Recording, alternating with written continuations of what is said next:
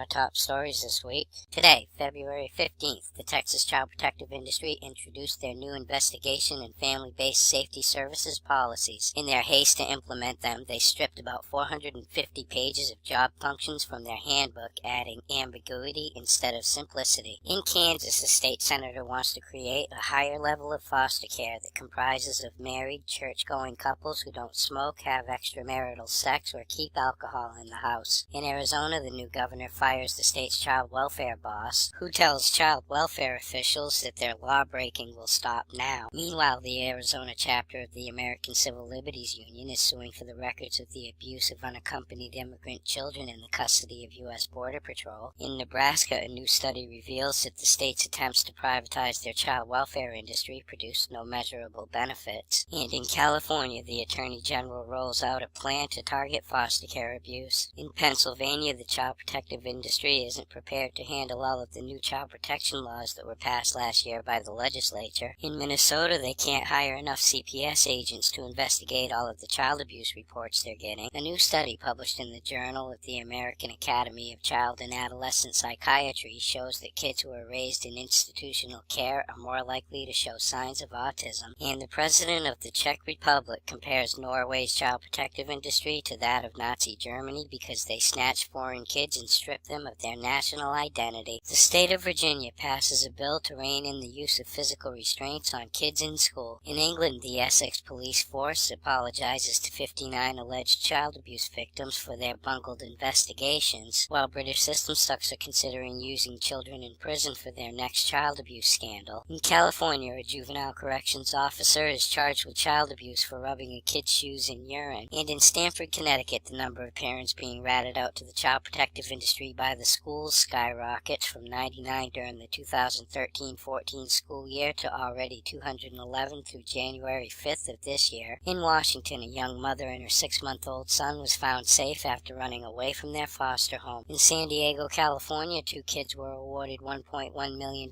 for wrongfully being snatched from their mother. In Florida, the child protective industry admits that they fucked up by failing to follow up on phone call to the child abuse hotline before their young girl was thrown off of a bridge. And in Indiana, the child protective industry defends its own by clearing a CPS agent of lying in court. In Florida, they are questioning the foster care process after a 12-year-old girl reported being raped in her foster home multiple times. A person of interest is found in the rape of a 17-year-old Florida foster child. In England, a foster molester gets 18 years for raping boys in his care. And a British mother was failed by social workers who didn't tell her that her boyfriend was a pedophile, although they knew and investigated the case. In Clark County, Nevada, the child protective industry is trying to prevent a child from being returned to her real parents after the Nevada Supreme Court ordered them to do so. In Detroit, Michigan, a mother is tased after punching a CPS agent and biting a police officer at a McDonald's during a visit with her kids. And finally, tonight in England, a dead mother loses a custody fight based on her dying wish that her kids never go live with their father in Australia. For these stories and all the latest dirt on the child protective industry, visit www.legallykidnapped.com. And until next week, this is Baby LK,